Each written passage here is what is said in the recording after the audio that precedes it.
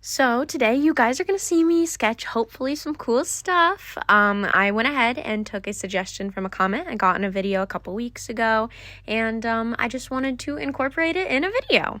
So if watching me draw, I don't know, like spooky, kind of weird things sounds like something that you would enjoy, and obviously listening to me talk about the process behind, I don't know, like juggling YouTube and drawing for myself, and my first time kind of taking a suggestion from a YouTube comment and putting it into a video. So if any of that sounds like something you would enjoy, I'm Rory Fluent. Feel free to call me Rory. If you're new around here, hi, hello, how are you? Feel free to let me know in the comments down below. And if you're not new around here, what is up, my dudes? Let's get into this video. I start off with some pre-sketched sketches because honestly, like, it's kind of difficult to film my sketching process. I don't know what it is. I mean, I guess I just probably sketch really lightly, and I also don't have like the most, obviously if you've watched other videos, you know I don't have the most, I don't know, like professional setup, I guess. You know, I'm using my phone to film, so I'm sure that has something to do with why the camera can't quite pick up my sketch lines. So I tend to just do that on my own. Besides that, it also makes it a lot easier for me because I can sketch while I'm doing other things and then sit down to paint and film, which, yeah, it just, I don't know, it makes the overall process a bit simpler for me because I prefer sketching like sitting down on my bed or while my boyfriend plays a video game or something like that, and honestly, sketching at my desk is a little difficult. So it all goes a lot smoother when I can just sit down, paint, and film. I don't know, there's something about that process that has fewer hiccups, and my filming generally goes a lot smoother. I'm not as frustrated, and yeah, it's just overall like a lot more of a pleasant process for me. So that's why you guys 9 times out of 10 see me painting and not really sketching, because it's just not that easy to film and sketch. Whatever, I don't know.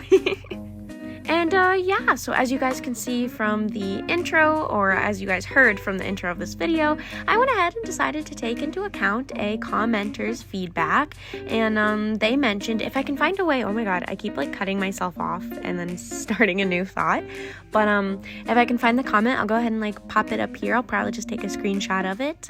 And they decided that they wanted to see me draw like a spooky theme because it's halfway to October. Well, actually at the point of this video being posted, it'll be June. So what, June, July, August, September, October, a little less than halfway to Halloween. And they just wanted to see my take on a spooky theme. And I was like, you know what? I don't always know what to put in my sketchbook and what to do next. And I felt like this was a fantastic opportunity to sit down and talk a little bit about making art, I guess. Sometimes it can be really hard to just open up the blank sketchbook and realize that you need to go ahead and choose something that you want to paint or draw or doodle before you actually do it. It at times can be my least favorite part of the process because I just honestly have no idea what I want to do. And so having this little break where someone just kind of asked if I could do this ended up being kind of awesome because it gave me a little bit of a challenge and a way for me to like stretch my skills a little bit and draw some really cool, interesting things, as you can see here. I went with sort of like this beheaded theme, and I wanted to draw like a sheepy dude with like his head cut off and like a skull and some birds and like crows and stuff. And yeah, I was having a lot of fun. I drew some cats because I don't often get to do that. And you'll just kind of see as the sketchbook spread comes together that overall I feel like it's just kind of like if my style barfed all over a page. I just kind of let loose, and I was having a lot of fun creatively with this spread, which was really cool because I know that there are so many art YouTubers out there that, you know, feel very constrained and confined by the algorithm or their audience in a way, and the types of content that they make. They want to make sure that it's going to, I don't know, appeal to that audience that they've curated, especially if they're a bigger YouTuber.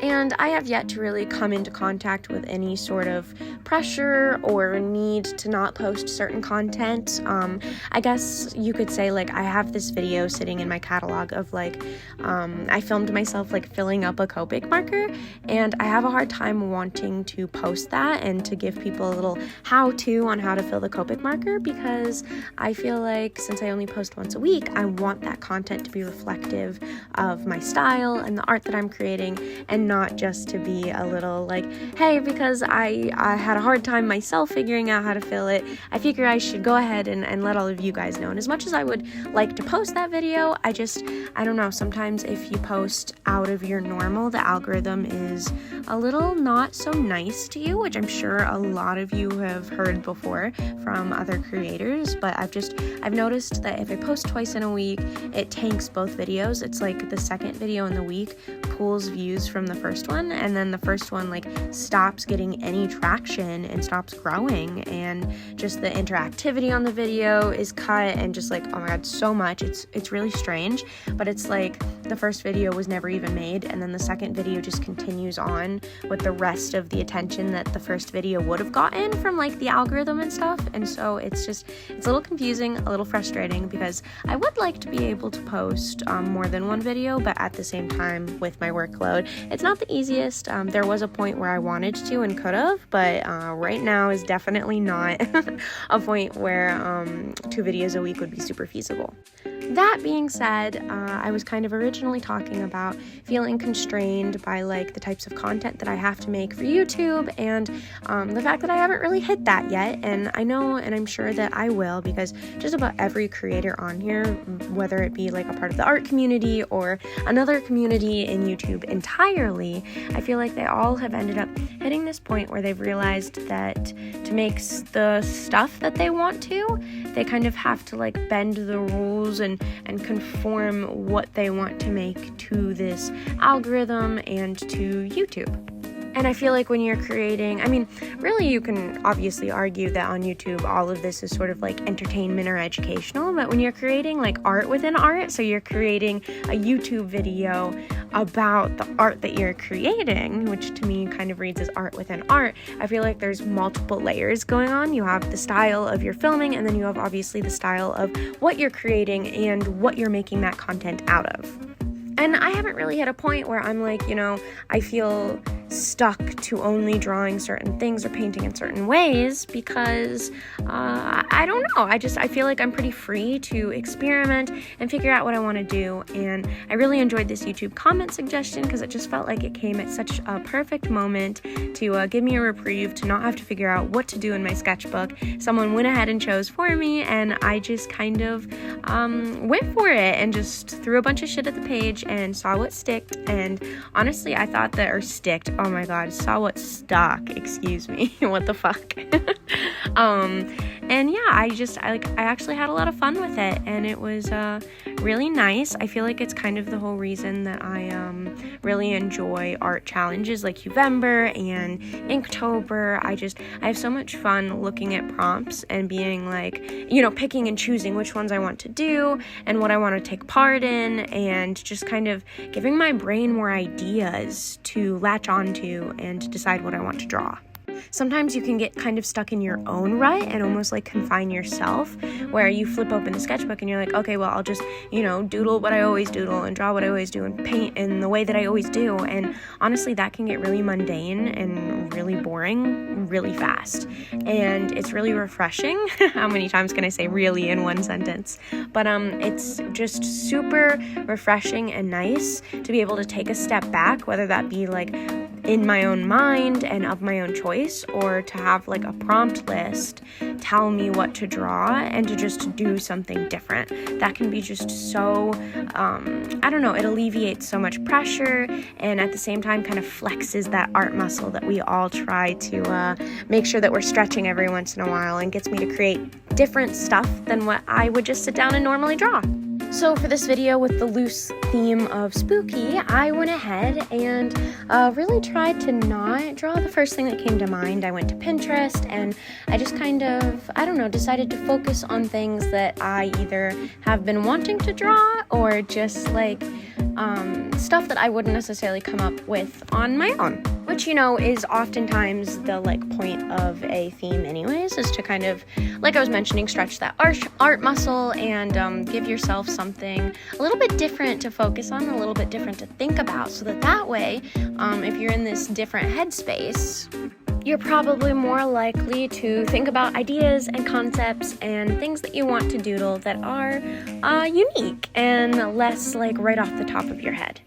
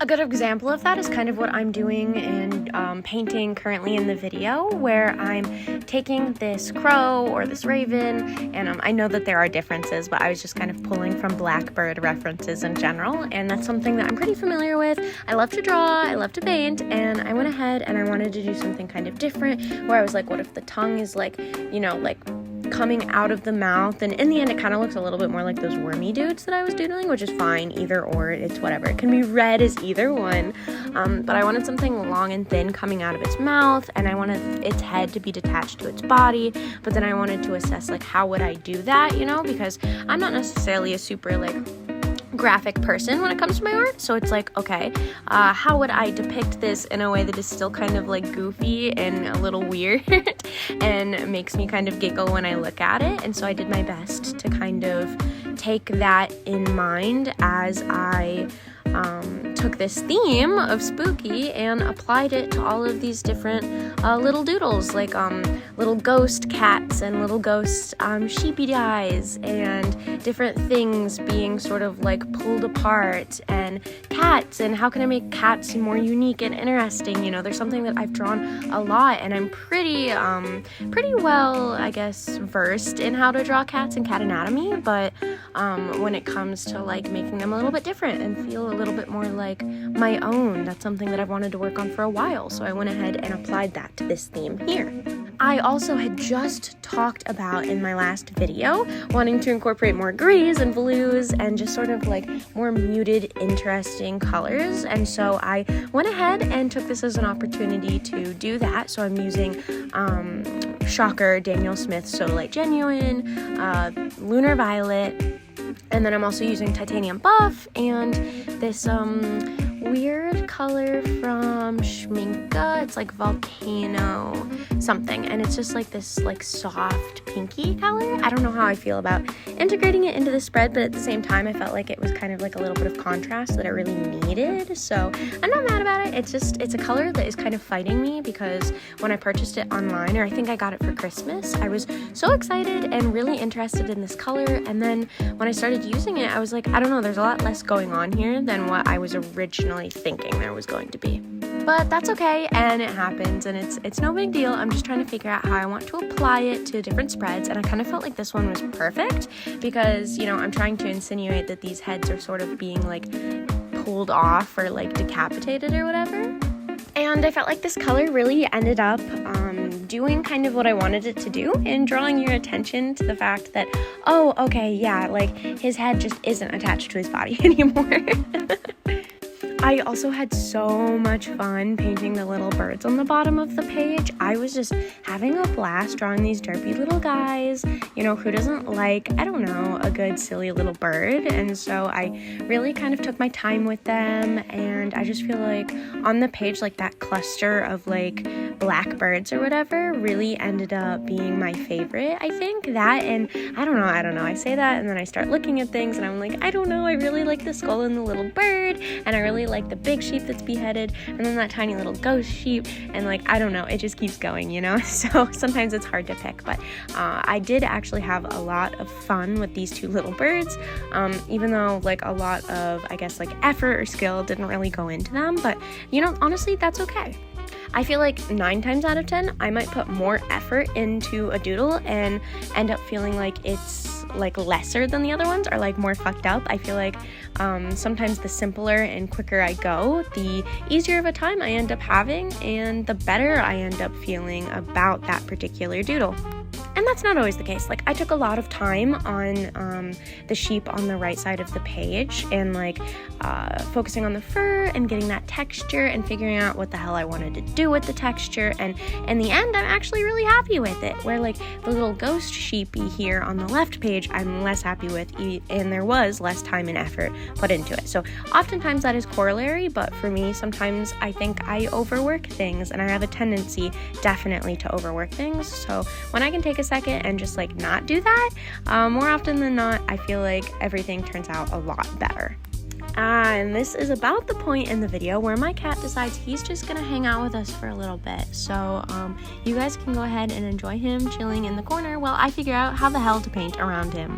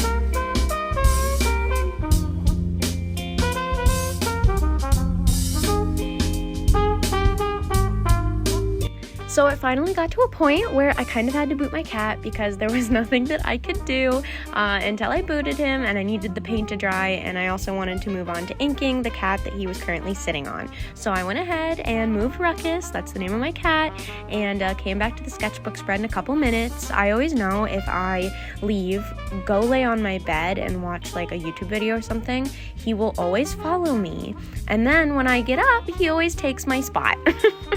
And I didn't get any footage of it, but lo and behold, that's exactly what happened. It took like 20 minutes. I let the paint dry, he hopped up with me, and then when I left to go finish the spread and complete the part of the video that you're looking at right now, literally he crawled up where I was laying, where I had made like the perfect pillow mound, and decided to lay right in the middle of it and just take all of that up. And yeah, I knew that would happen, and I knew that he wouldn't follow me back. So we are currently cat free. I'm sure that you guys don't mind, but I definitely needed to finish the sketchbook spread. I haven't been like, I don't know, I haven't had as much free time. I'm working like 9+ shifts at the kennel currently, and so because of that, I always feel like I'm a lot a bit behind where I want to be. I'm definitely one of those people that likes to have multiple videos in her kind of like, I don't know what to call it, like just set aside and in like a catalog and ready to go when I need them, and I don't right now. Like this video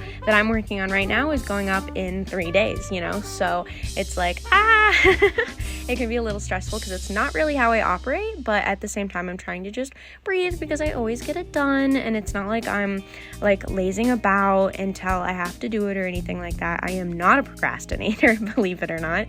And so because of that, I tend to get a little bit antsy about the fact that I don't have videos. Like I wish I had like a video buffer between every week, so that way like I was always 1 week ahead, basically is what I'm trying to say. So that way I always had content ready and good in case something happens. It's way easier that way.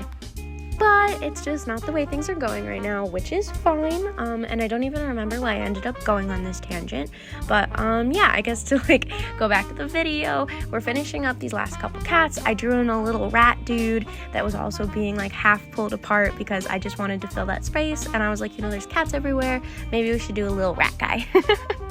As we get to kind of the last part of the video, while I'm finishing inking everything, I wanted to go ahead and take a moment and say, you know, thank you guys for really starting to make this feel like a community. You know, I feel like it's kind of crazy because I can take someone's comment and I can make it into a video, and I can take feedback from you guys and interact with you guys, and I respond to every comment that I come across. YouTube makes it pretty easy to see when there are notifications for comments, so I try not to miss any of them, and I I always try to, I don't know, be as interactive as I know how to be, you know, because I know that's not only a huge thing for the algorithm, but it's also like a big deal to make you guys feel like, I don't know, a part of this community as much as I am, I guess. Like, we're all this community, you know, and so I want to make sure that I am being as, I don't know, like open enough to the fact that you guys are a part of this community and you are making it what it is as much as I am.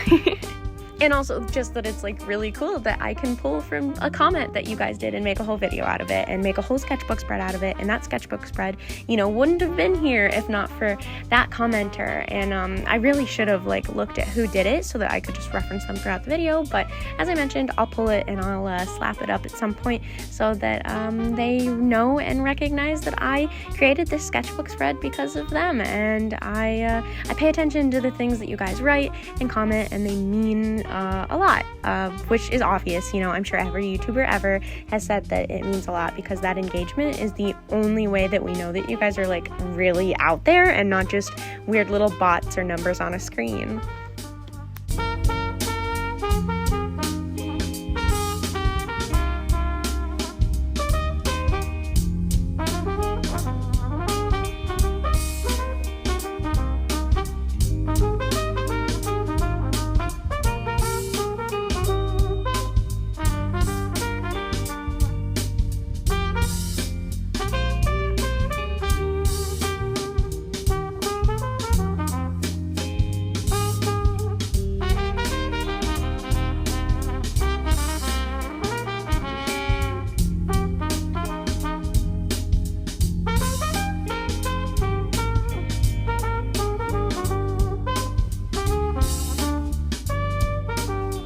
So with this final view of my sketchbook spread and I don't know, a little closer look at what I ended up creating, I hope that you guys really enjoyed this video. I hope that you still like the content where I'm a little bit chatty and there aren't a lot of quiet spots. That's again my personal favorite like kind of content, and so it's what I try to make. And yeah, I don't know, I just feel free to let me know in the comments down below how you felt about this video and the community. We've hit 1,000 subscribers, which is kind of huge.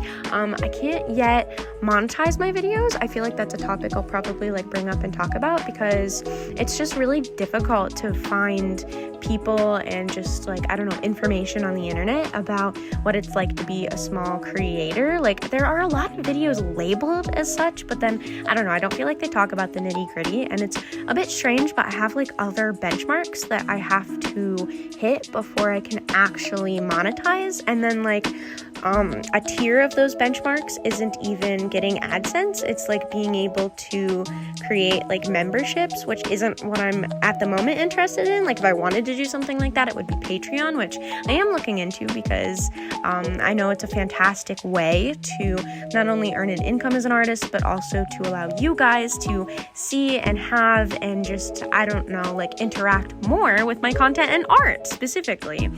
So anyways, I guess if you've made it this long into the video, thank you so much for watching, and I will talk to you in the next one. Bye!